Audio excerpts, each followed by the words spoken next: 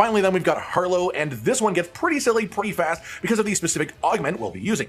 Our recommended skill to start off with is Chroma Accelerator. This is just pure damage, and the only one of her skills that is actually pure damage, and it does it in a way that is in itself very nice, but it's the way that this scales into our gun damage that matters most. First 5 points into Field Ready Prototype. This increases our action skill damage and unlocks augments, and then you want Neutron Capture. This augment is insane, but a bit complex in how it actually works based on the wording of the skill. Essentially, when you use your action skill, the damage that comes from the skill itself will be tallied up, it will be calculated. Then a percentage of that total damage will be added to any bullet that you fire for the next 8 seconds after your action skill explodes. If your skill did 100 damage, that would mean an extra 4 damage per shot, which isn't a lot. But given that the skill can do like 560 damage per enemy nearby, even at low levels, let's say you hit 2,000 damage from using it, now every bullet you fire has an extra 80 damage, and that is still a conservative number, even at level 14. Let's say you're using an SMG or assault rifle with a high fire rate, so now every single one of those high fire rate shots gets that flat bonus. And now let's imagine that you boost the damage of the action skill even further, use that as your main source of scaling in the build for your gun damage. So action skill damage for our first 5 skill points increases this effect,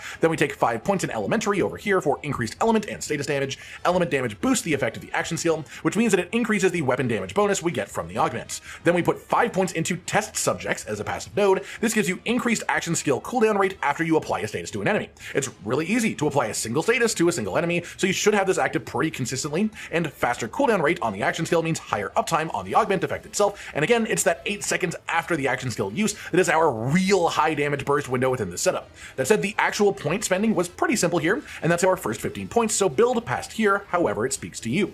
Aside from some of them working better off of high fire rate or things like that, none of these setups or builds have any specific weapon requirements really, or build requirements, and if you don't require high fire rate, I do recommend Jacob's guns, especially things like Jacob's shotguns, but you can lean into the character's playstyles through your choice of equipment, and especially the modifiers on your gear too, even outside of weapons. Because things like a rep kit, which is otherwise just a healing item, can spawn with something like increased elemental damage after you use it, as an example, or ordnance can increase enemy damage taken. As well, it's worth mentioning that at level 25, you will start to have equipment drop that has firmware effects. These are the equivalent of set bonuses in this game, multiple pieces with the same firmware, multiple tiers, a bonus activated. Only equipment slots that are not weapons can have firmware, and these vary widely in their effect and their potency.